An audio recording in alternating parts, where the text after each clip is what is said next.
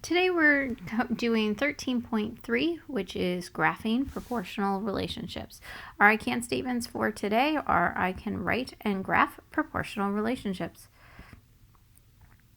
So earlier in the year we talked about direct variation, and direct variation is just a different way of saying proportional. So when two quantities, x and y, are proportional, that relationship can be just represented by the direct variation equation, which they have written here in the middle here for you, y equals mx, where m is the constant of proportionality. When we looked at this in the 7th grade chapter, which was chapter 5, they actually used a different letter here. They used k for our constant of proportionality. It doesn't really matter what that letter is. It stands for our slope, how much something is going up by. In this chapter and in algebra in general, m is usually the letter that is used for slope, and we're going to be looking at other slope equations that have that letter m in there for the slope. So m for a proportional graph like this one is the slope. It's also the constant of proportionality. That's how much something is going up by. And then our graph, for it to be proportional, it has to have a straight line, and it's going through 0, 0.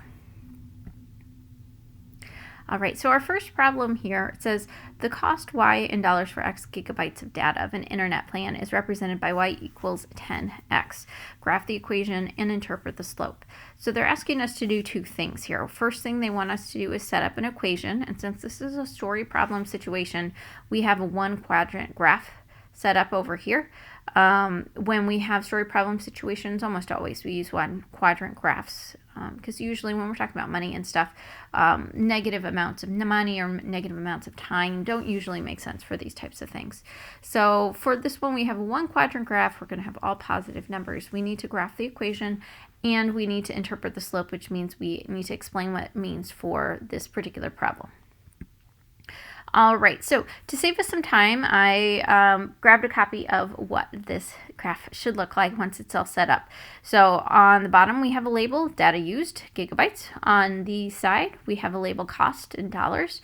We have a title at the top, internet plan. Anytime that you make a graph for a story problem situation, you need to make sure you have a title at the top and labels on your x and y axes. You need to have consistent numbers as well. On this particular one, on the x-axis, they're going by ones, and on the y-axis, they're going by tens. They picked two different points to go on that graph. So they did 0, 0. I always think 0 is a good one to start with. And then they did 1, 10. You can use a table if you want to, like we did in 13.1, to help you get those points. So I'll just do a quick sketch of what that might look like. So x, y, and then they picked 0, and they picked 1 for x, and then they just put it into their equation. So 0 times 10 is 0, and 1 times 10 is 10. So that's where those numbers came from for their graph. Then they connected them with a straight line, and that's our graph. That's what it looks like. Now, ideally, you'd pick more than just 2 points, but the one that I copied from in the book, those were the only points that they used for it. And then we need to find the slope. So the slope for this one, we go from 0 up to 10, and that's a rise of 10. And then we went from 0 over to 1. That's a run of 1. So our slope here is going to be 10. And in terms of interpreting the slope, the cost of our internet plan is $10 per gigabyte. So that's the interpret part. That's what the slope means for this particular problem. All right, let's take a look at this next problem. So for example 2, it says the weight y of an object on Titan, one of Saturn's moons, is proportional to the weight x of the object on Earth. An object that weighs 105 pounds on Earth would weigh 15 pounds on Titan. Write an equation that represents the situation. How much would a chunk of ice that weighs 3.5 pounds on Titan weigh on Earth? So to solve this one, we are going to use that equation that we saw in the key idea, which is this y equals mx, or y equals kx. I wrote k here because that's what we did earlier in the year when we did this type of problem. Again, the letter doesn't really matter. It could be m. The ordered pair they give us in the story problem is 105. They tell us that's the pounds on Earth, And they also tell us that that's going to be our x number, so it comes first. And then they tell us the y number is weight untightened, and then they tell us that that's 15 pounds. So it's like the ordered pair 105 and 15. So I used my equation of direct variation. I put in the y number for the y, I put in the x number for the x, and I solved it. To get rid of times 105, I divide by 105. Kx means k times x. And then when I simplified it, 15 divided by 105, I just divided both of those numbers by 15, thought of it as a fraction and simplified it. I got 1/7 equals my k, which is my constant or my slope. So my equation would be y equals 1/7 x.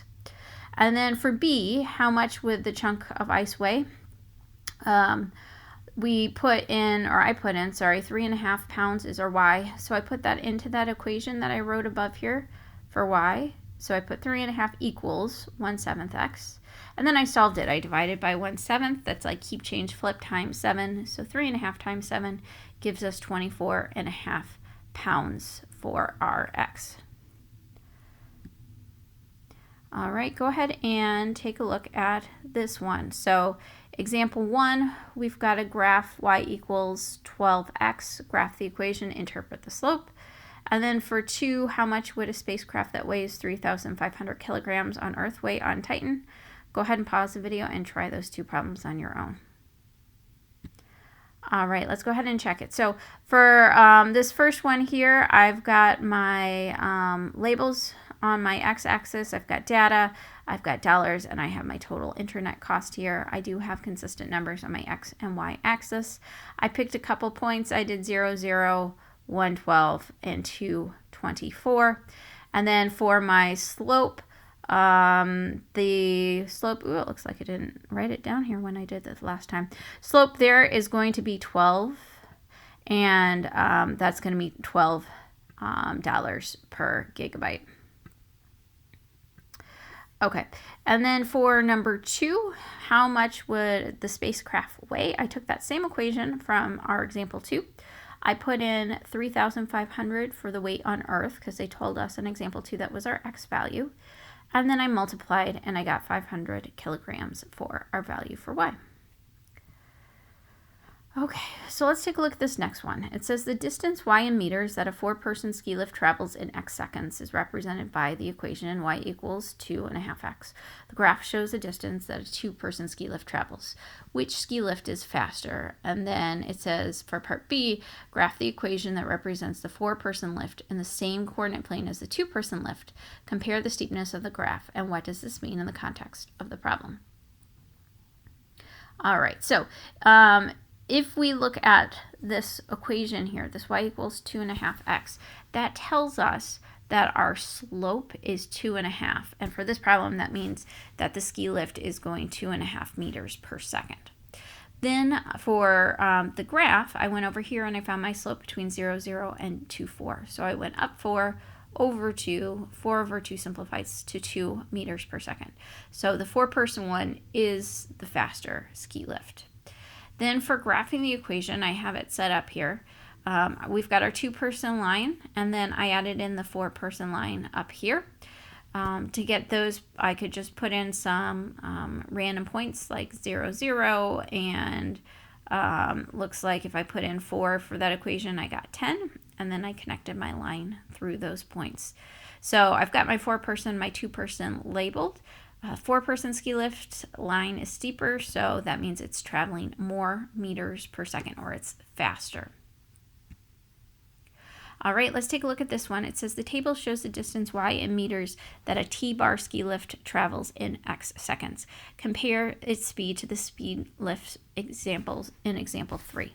So you're going to be finding the slope from a table, just like we did in our last lesson. And then once you do that, you're going to compare that slope to the other ski lifts in the last problem. Go ahead and pause this video and try this problem. All right, let's check your answers. So for this one, I chose the first 2 points. I put our slope formula down here off to the side, y2 minus y1, x2 minus x1. So my y's are the meters. That's on the bottom. I chose the second column to go first. So 4.5 minus 2 1/4, that gives me 2 1/4. And then I did 2 minus 1, which is 1. So that gives me a slope of 2 1/4 meter per second. And then it says that this ski lift is faster than the 2-person lift, but slower than the 4-person lift. All right, and then for our last one here, go ahead and finish this statement. So if a relationship is proportional, then go ahead and pause the video and write down what you think. All right, let's check to see if your answer is right. So a couple things you could have put here. If it's a relationship that's proportional, the graph is a straight line that goes through the origin, and your equation is y equals kx, or you could have wrote y equals mx. Those equations mean the same thing. And there you have it. That's our lesson on proportional relationships.